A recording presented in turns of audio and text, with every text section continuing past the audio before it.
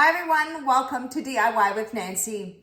I'm in a super good mood, the sun is shining, and I'm just about to make something that I love to make in this kitchen. And that is a Rosca, or some people might call it a Regueifa de Massa Sovada. It's a Portuguese sweetbread in a form of it's a round shape with a hole in the middle. This sweetbread, the way I'm gonna make it, we make it for a few times in the year. One maybe Easter, or the other one may be for a really religious feast or festival celebration of the Holy Spirit, which we call in Portuguese Festa do Espírito Santo. This is something that it takes some time, but love and patience is what this recipe is all about. There's some rising time, so it takes a little time to put together, but in the end, it's well worth it. So today I'm going to show you how to make my step-by-step recipe of a Regueifa or Rosca de Massa Sovada of Portuguese sweetbread. So stay with me and watch how to make it step by step. The ingredients to make one Rosca de Massa Sovada, I have here 1 cup of milk, 1.5 cups of granulated sugar, 1/2 cup of unsalted butter, and 2 tablespoons of vegetable shortening, the zest of 1 lemon, 1 teaspoon of salt, 5 cups of all-purpose flour, 3 eggs. For the yeast, you'll need 1/2 cup of lukewarm water, 1.5 tablespoons of active dry yeast, 1 teaspoon of all-purpose flour, 1 teaspoon of granulated sugar. To knead the dough, you'll need 2 tablespoons of vegetable oil, and then you also need 1 tablespoon of vegetable shortening to grease the bowl for the Rosca de Massa Sovada. And those are the ingredients you'll need for this recipe. For the first step, in a medium-sized saucepan, I'm going to start off by placing 1 cup of milk. Next, I'm going to place 1/2 cup of unsalted butter and 2 tablespoons of vegetable shortening.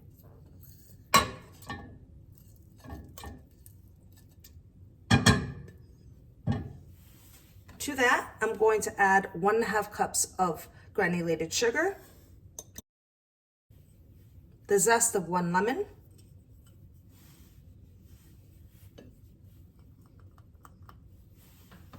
and 1 teaspoon of salt. I'm just going to mix it together. At the same time, I'm going to turn on the heat to a low heat. And all I'm looking for is to have the mixture well combined and have the butter and vegetable shortening melted. So once it's melted, I will show you the next step. The butter and the vegetable shortening has melted.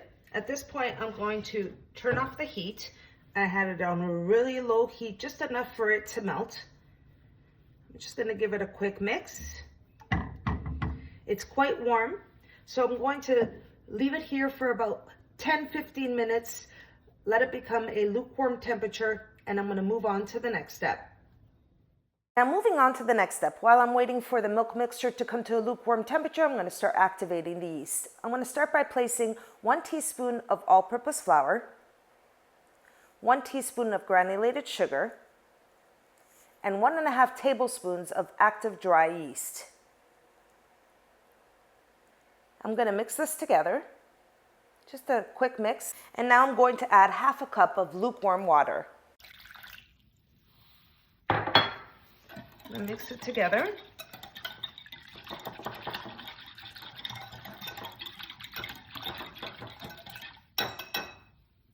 Now I'm going to set aside the yeast, let it activate for about 10 minutes, and move on to the next step.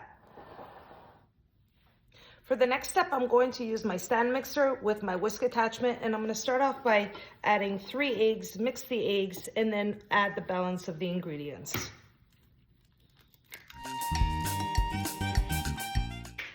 I'm going to place the eggs in the mixing bowl. Place my mixer on a high speed, mix the eggs, and then we'll move on to the next step. Okay, I've mixed the eggs for about 1 minute. Now at this point, I'm going to add the milk and butter mixture. You want to make sure you don't add it when it's really hot. I'm just going to give it a quick mix. And I'm going to add it in. I'm going to place the mixer back on a low to medium speed, let it mix for a few seconds till it's well combined.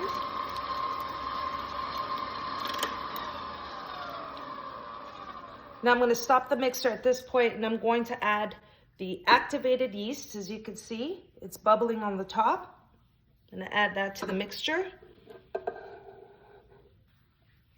Now I'm going to place the mixer on a low speed, combine the yeast.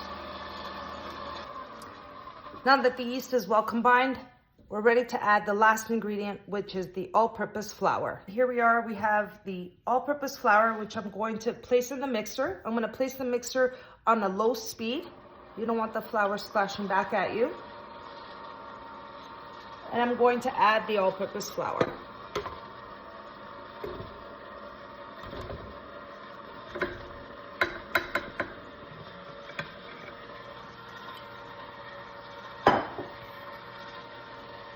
Just gonna let it mix for a few seconds. Now at this point, I'm gonna stop the mixer and I'm going to switch to my hook attachment.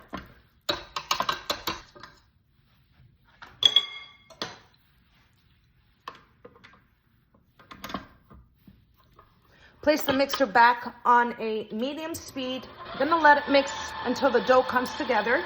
And then I'm going to use my spatula to scrape down the sides and the bottom of the bowl to make sure that the flour is well combined.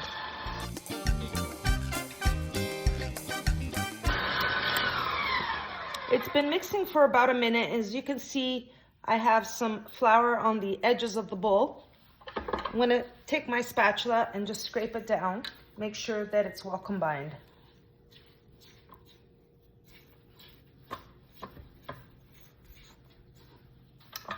I'm going to place the mixer back on medium speed, let it mix for an additional 4 minutes, and then I'll show you what the dough looks like.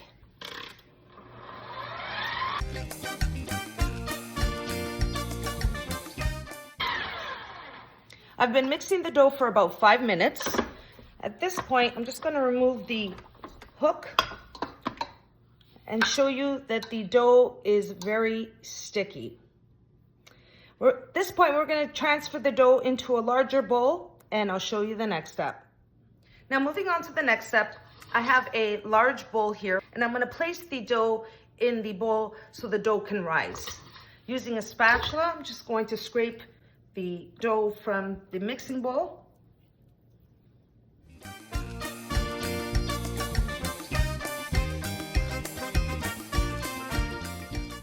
Now for the next step, once you have the dough in your bowl to rise, you're gonna cover it with a tea towel and you're gonna place it in a warm place and let it rise for 20 minutes and then I'll show you the next step. Now to let the dough rise, what I'm going to do, because the bowl is small enough, I'm gonna place it in my oven with the oven off, but the oven light on, just to create some warmth and let the dough rise quicker. And then I'll show you the next step. Now, after 20 minutes of rising, and you can see that it's getting there. Now we're gonna get ready for the first knead by placing 1 tablespoon of vegetable oil around the dough, not directly onto the dough. So I'm gonna place it around the dough, just like that. And I'm going to knead the dough just by flipping the dough over.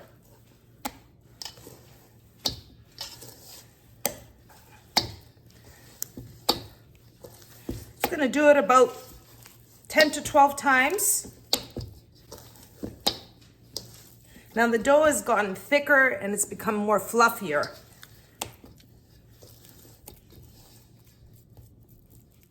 After the first knead, I'm gonna cover the dough, let it rise for a second time for 20 minutes, and then we're gonna come back to it and knead it again. Now here's the dough after the second rise. You can see it's puffing up a little bit more. And I'm now gonna place the second tablespoon of vegetable oil around the dough, knead it, and then I'll show you the next step. So I'm gonna place 1 tablespoon around the dough. Now I'm just going to knead the dough by flipping the dough just like this, and you can see it's becoming fluffier. The more you knead it, the better it is.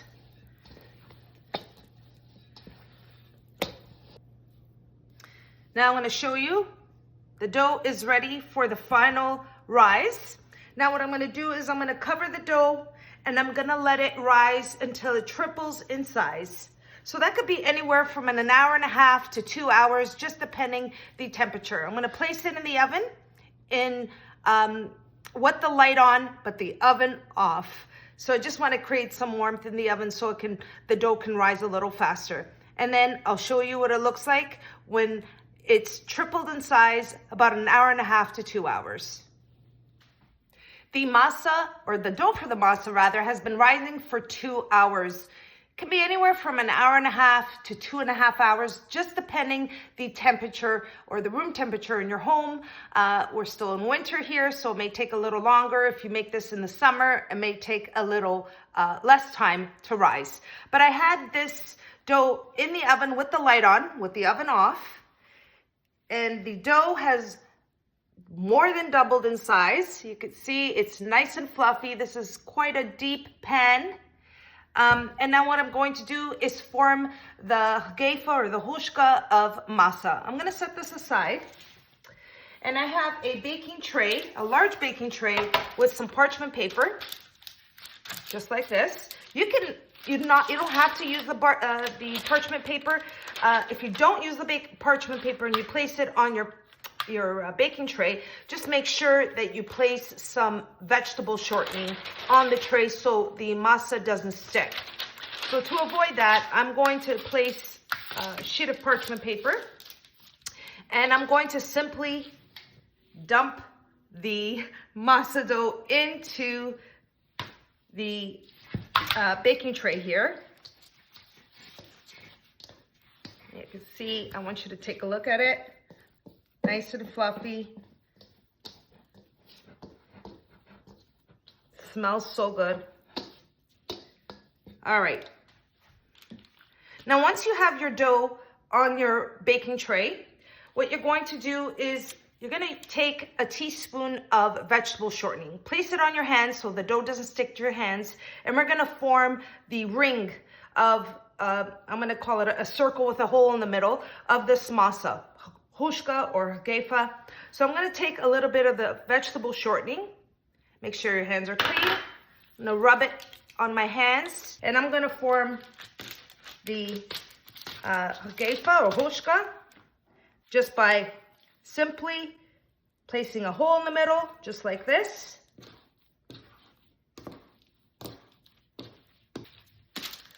I want you to see how I'm doing this here. So I'm trying to avoid it coming towards the edges here, but it is, once it bakes, it will hit the sides of the pan. It does anyway when I normally make this. And you can also make 2 of these roscas or regueifas of masa. You could split the dough in half and then place it on one baking tray and, just divide the dough and make 2 of them. But I'm going to make a fairly large one. And now, to ensure that the circle stays even on the center, what I'm going to do is I'm going to use a glass bowl here, which is oven safe. It's a Pyrex glass bowl. Make sure it's oven safe. And what I'm going to do is place it in the center so the hole in the center could be even. Now, to avoid the dough from sticking, I'm going to use some of the vegetable shortening that I had here, and I'm going to place it on the sides just like this. It's a little hack.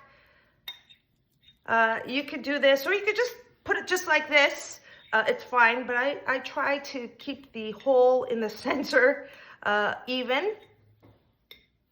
All right.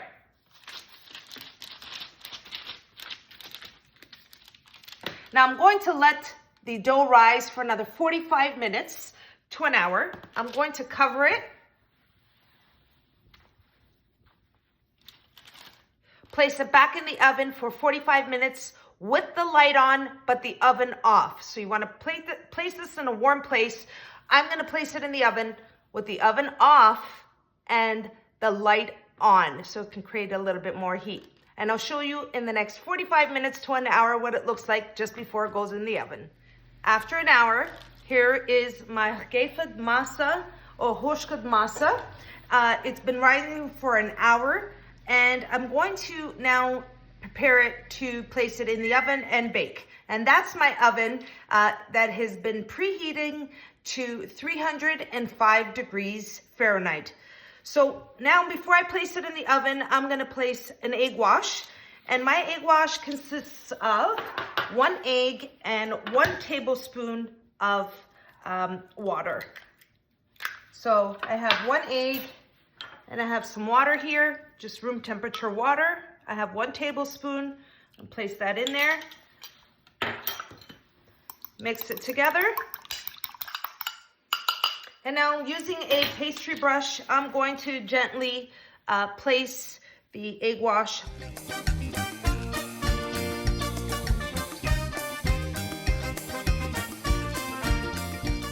I've placed the egg wash on the Rosca de Massa Sovada, the sweetbread ring, and I'm going to place it in the oven at 300. I'm going to bake it at 305 degrees Fahrenheit for 1 hour.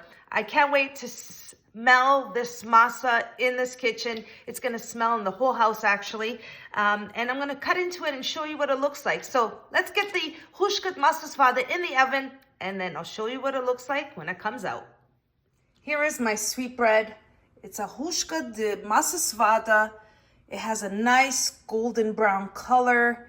It's really hot, but let's see, it's super soft. Look at that, really hot. I'm gonna let it cool, and then I'm gonna cut into it and show you how soft and fluffy this Rosca de Massa Sovada really is.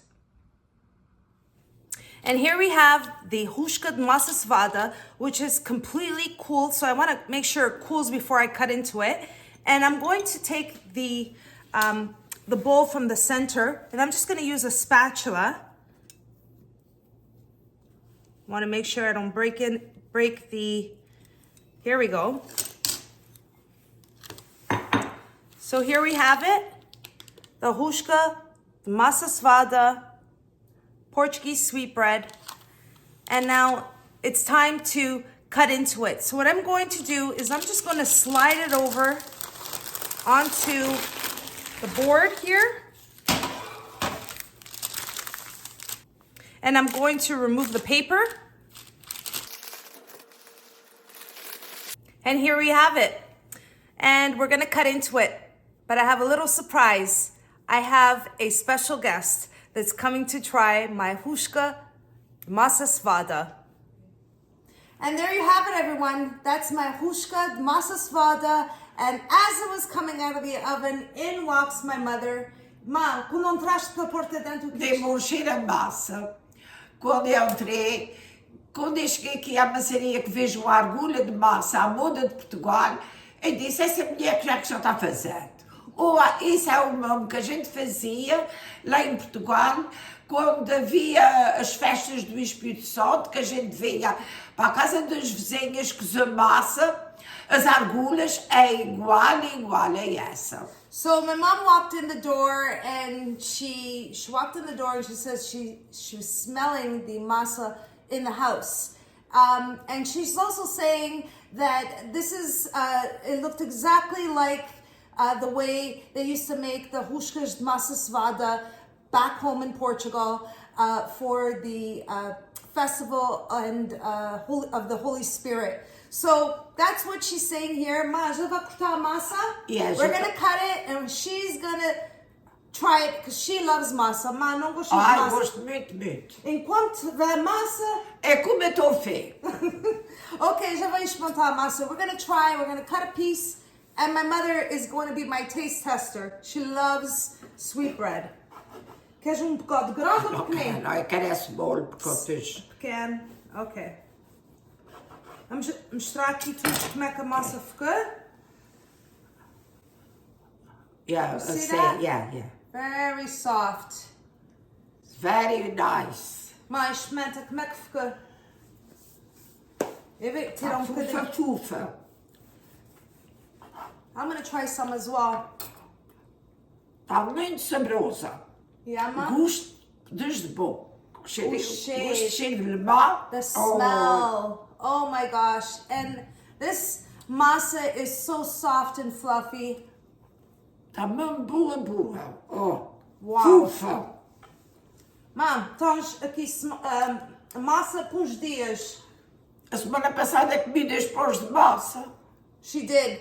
I make a lot of Massa Sovada, and what I do is I leave it in the freezer because my mom loves to have sweet bread.